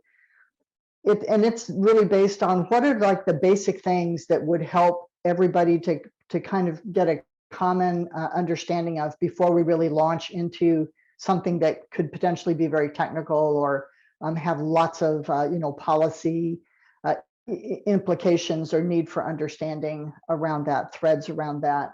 So as you look at these items that are up here in this brainstorming space, are there some of these that feel a little more foundational to you? Or even if you were to look at a question and say, in order to have a conversation about the potential lifestyles or life cycle stages for carbon reduction in ag and forestry, I would need to understand this piece before having a conversation about that piece. If there are some of these fundamental kinds of things that we could plan maybe for June and July, that could be very helpful. And I would invite some thinking about what that might look like. So thinking about the topics in the brainstorm space and maybe a simplified version or a framing question that would be kind of level setting for June and July. So maybe having a topic generally around maybe overburdened communities, maybe just trying to get an understanding of what some of those impacts are in this carbon capture and sequestration space and related to the clean fuel standards. So just trying to help people understand what those kind of impacts look like. So that could be, I'm just going to add a couple things here.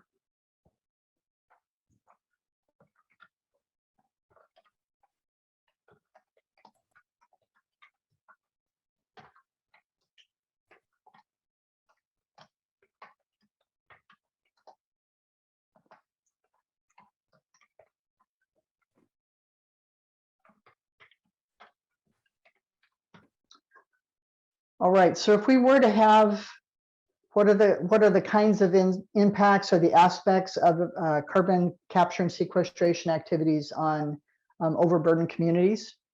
That might be one, and I'm trying not to advocate here as much as just trying to see if we can identify some of these kinds of topics. Do you all feel that you have a pretty good handle on just the whole nature of carbon offsets, carbon crediting? You know, different people have different backgrounds. Would love to hear about that. Jim first and then Max. And you don't have to answer that question if your hand was up for some other reason. Jim? Well, you were asking topics and framing questions, and this is kind of what you were talking about. I think just having an overview of life cycle assessments of bioenergy, biofuels, all that stuff, just sort of an overview would be really helpful just to get everybody on the same page. And that ties in with the carbon credits side as well. Carbon credits is a whole nother area though that feeds off of the life cycle assessment. But the life cycle assessment to me is the fundamental thing that you do on which you base all your decisions. And perhaps going through that and discussing what those include and what they may not include would be useful as an early topic to help the group focus. And did I get that right, Jim? I have overview of life cycle assessments, what they include or not. And I think you had another couple words there. Yeah, don't ask me to remember what they were, but that's right. We have a recording, so we can. Okay. Okay. Yeah. All right. So that could be a good foundational thing. What about these others? We had someone dropped in how to address long-term sourcing of materials for bioenergy projects and markets. So would it be helpful to have a bit of an overview about maybe the kinds of materials that are currently in bioenergy projects and markets? Something to think about. Max, let me go to you. Yeah, I think a couple things that would be helpful.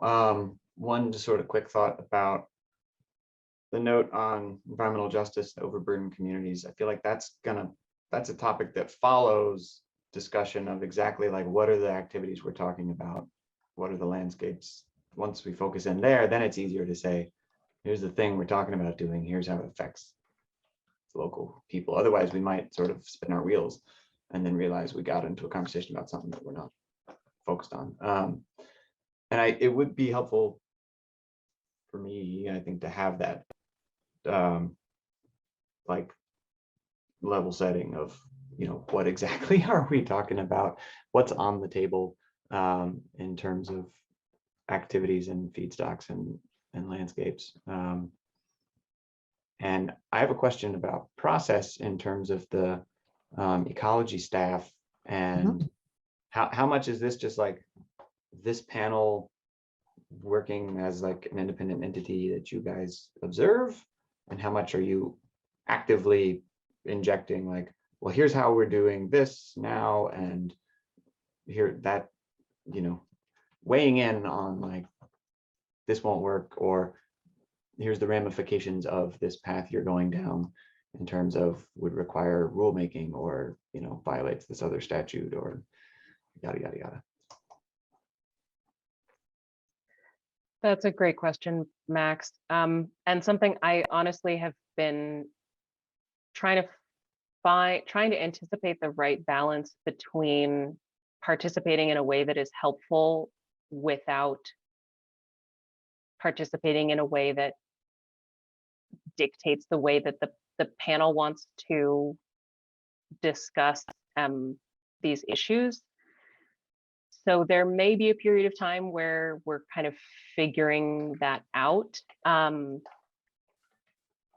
I'm very receptive to the ideas of this panel in terms of our participation. I think at minimum, we would want to observe so that we can learn from you all. But maybe there are particular meetings where we are more involved in terms of sharing, for example, in our draft rule, what we have outlined as credit generating activities versus other meetings where we take more of a backseat. Max, does that help? Okay. Also want to note that Abby is the ecology, the official ecology representative on the panel and chairs the panel. Other ecology staff are, because they work as a team, I think very much in the provide support and insights as that is helpful not only to them but to the panel. But really, Abby is the ecology person that is officially on the panel. And I'll sorry, really quickly to just wrap up the ecology involvement. If we're talking about, for example, measuring the life cycle carbon intensity of fuels, DeBebe is the expert in that arena. So I would, for example, be bringing him in and relying on his expertise there, because yeah, we very much do function as a team and everybody has different areas of expertise.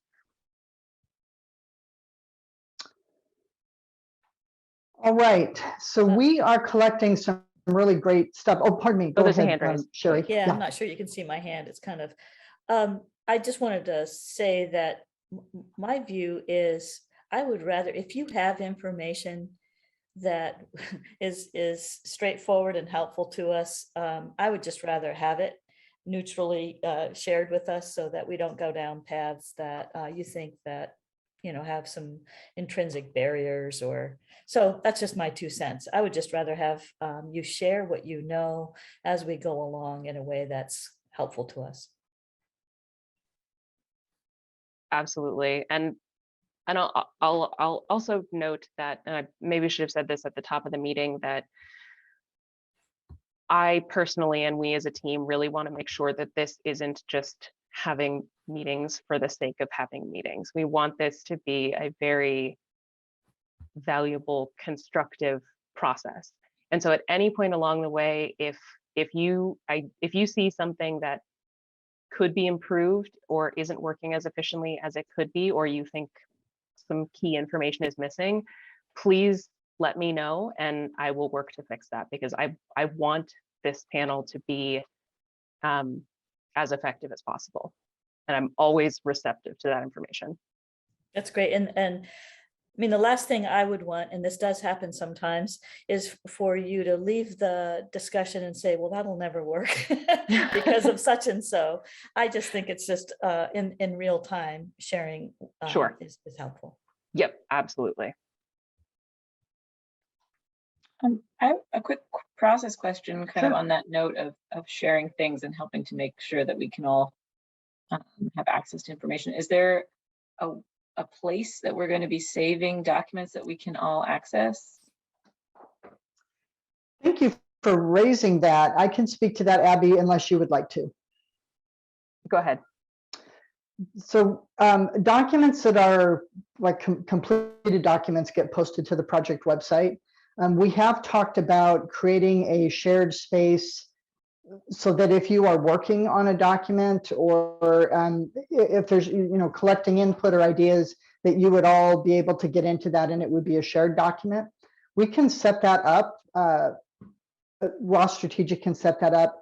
We will not be involved after the second meeting. So I think probably the better solution is for us to talk with the ecology team and see how they might be able to set something up like that. We think it's enormously helpful to have documents that can be in a shared space. Would you find that helpful, Stephanie?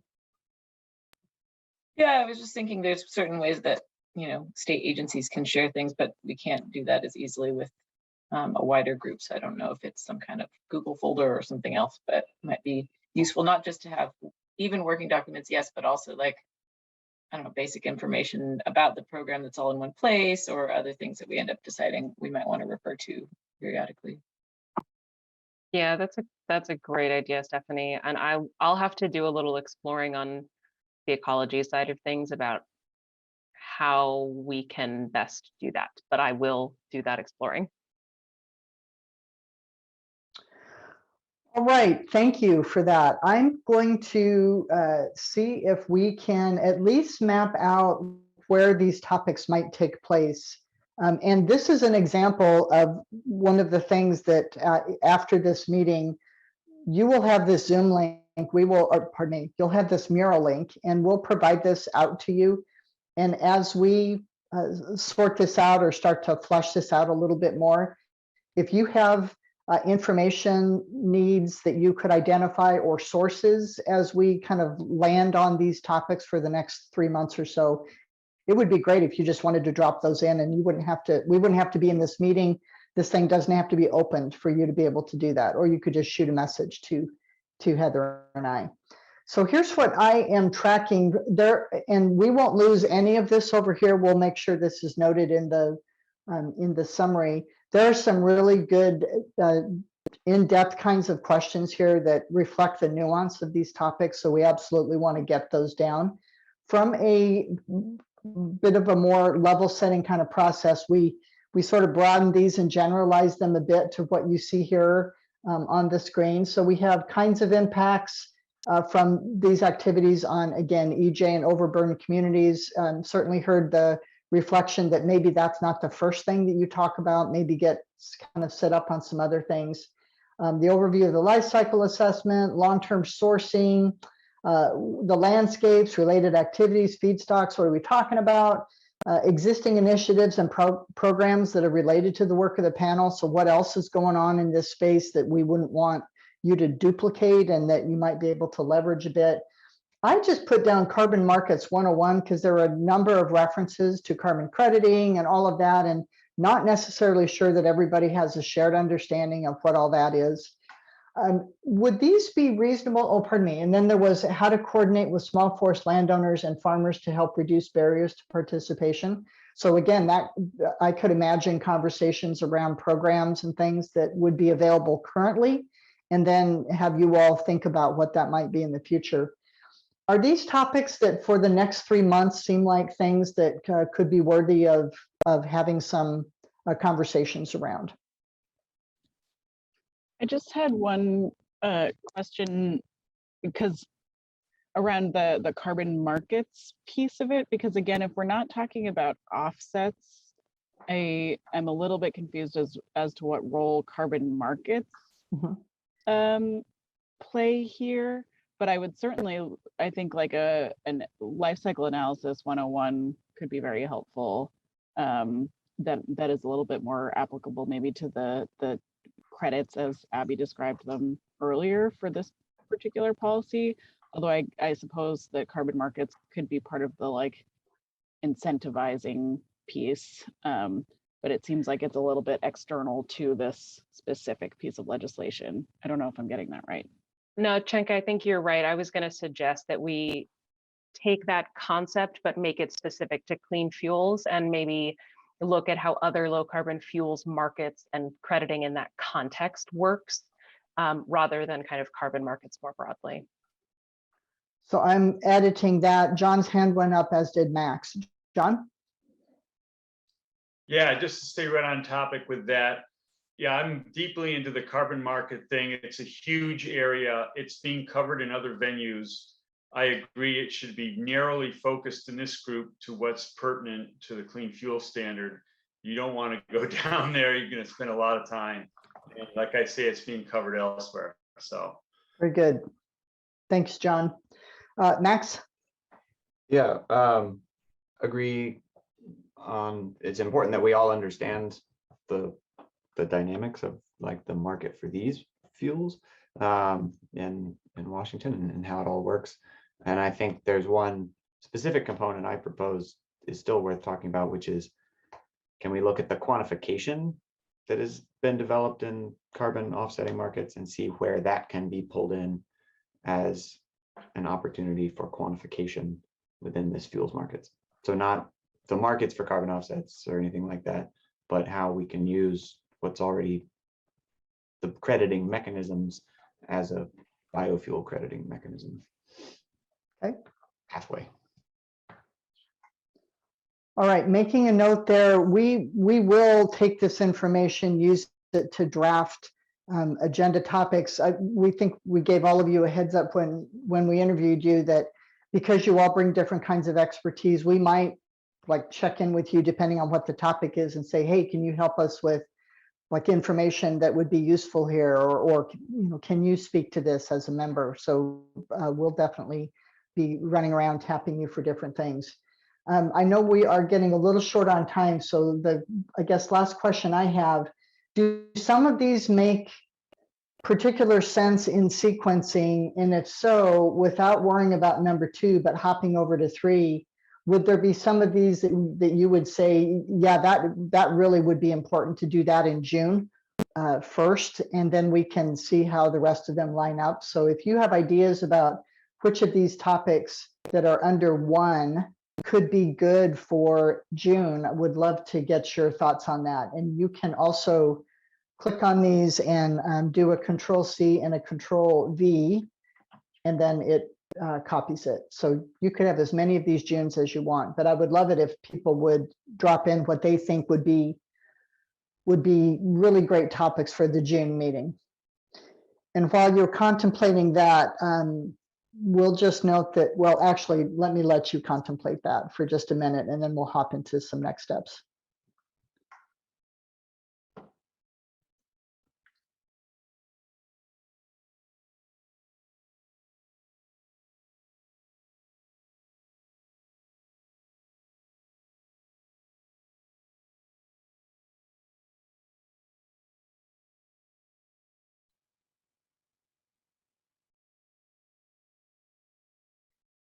And we may end up having a little more June than we can do, and that's okay, but it's helpful to know, people that think that a given topic in June would be really good. So if I see multiple Junes behind something, that would tell me that a lot of people are thinking that's would be useful.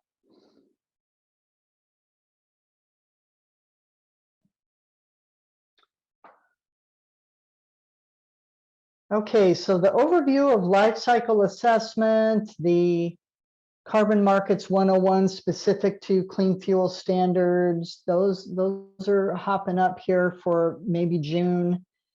I don't see others doubled up there, but we could at least start with those two. And then if others come up, Max, your hand is raised. Are you still up, or is that a legacy hand raised? Okay. All right. Let's go ahead.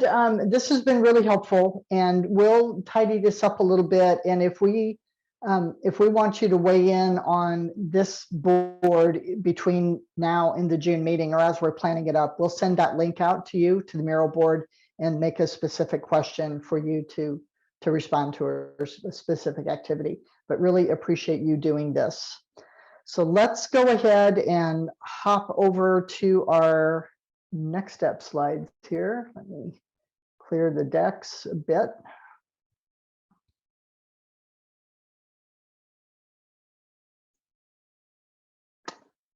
I cannot get to my slides. Heather, by any chance, do you have those slides up? For some reason, my actually, I can grab them. I can have them if you want. Yeah, if you wouldn't mind, and I just grabbed them as well, but if you've got them, if you could just get us to the next step slide. Mm-hmm. Thank you. And if you want to do that, yeah, perfect. Okay, so just real quickly, and then I want to turn it over to Ecology and the rest of you for any kind of closing remarks. So just want to let you know that we will get the presentation slides and the recording. We'll get that posted onto the webpage by May 23rd. We're going to work with Ecology on that piece. Our intent is to have a draft summary to you for your review by May 26th, and panelist comments back to us by June 1st. I'm going to pause here in the final summary posted June 2nd, because we have a long weekend that's in the midst of all of this. And I really believe there's a commitment to try to get these summaries turned around quickly, to give you time to review them, and then to get them posted. If this timeline, it needs to be extended a little bit for your getting comments back to us by June 1st, I would appreciate knowing that now, and then we can do a little calibration here. Does this feel okay to you as a timeline? Does it feel too tight? Anybody have a concern?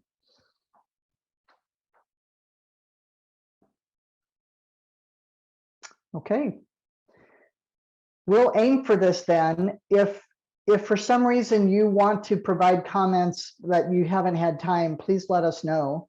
These aren't going to be really super long, and they're not going to be super he said, she, well, they're not at all going to be he said, she said. So we usually find that there's less need for really detailed edits, because people aren't trying to make sure that we got it right what they said. So hopefully you'll find this to be useful. We do have the next meeting. It looked like the date we landed on that worked best for people was June 28th, which is Wednesday, right, Heather? Yes. So when we asked you June 28th or 29th, a number of you said it could be both. Several of you said June 29th won't work, but we didn't have anybody that said June 28th wouldn't work, except for someone who neither of those days work. So we're going to go ahead and plan for the 28th from 9 to noon Pacific time. Please let us know if there's any question about that. I got a thumbs up from Amanda. All right. It's actually a Tuesday. Sorry. Oh, it's a Tuesday. Yeah, it was between Tuesday and Wednesday. Tuesday and Wednesday. Thank you. So Tuesday the 28th. Okay, and then we will be sending out a doodle poll for July and August. We would really love to get ahead of this. We're so grateful that you were able to pull this date together so quickly. It was a very quick convening process. So thank you so much for working with us on that. So I think with that, I'm going to turn it over to Abby to make some final remarks and then see if any, or to at least present the slides, see if there are any comments from the rest of you, and then give ecology the last word here. Great, thank you, Susan. So I just wanted to put the ecology team's contact information on the slide here. In case you don't have it already. I know some of you are getting sick of us. Please feel free to reach out at any time with questions, clarifications. If you identify an issue that is arising, like I said before, we want to work to make this as effective a panel as possible. And so I hope that you can treat this a little bit like an open door policy and know that we want to hear that information. Next slide, please. All right, well, with that, I just want to reiterate again how grateful I am for your willingness to participate in this panel.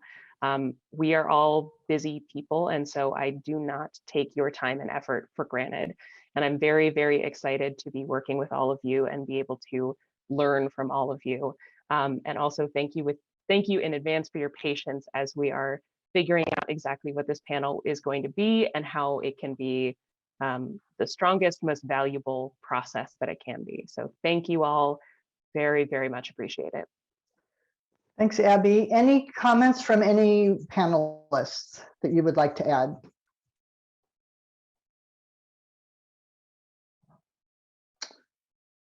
Thank you very much. All right, thank you, Sherry. Okay, then Abby, I think not seeing any other hands raised, sounds like we might be adjourned. Does that sound right to you? Yes, it does. 4 whole minutes early. All right, thanks everyone. Really appreciate it.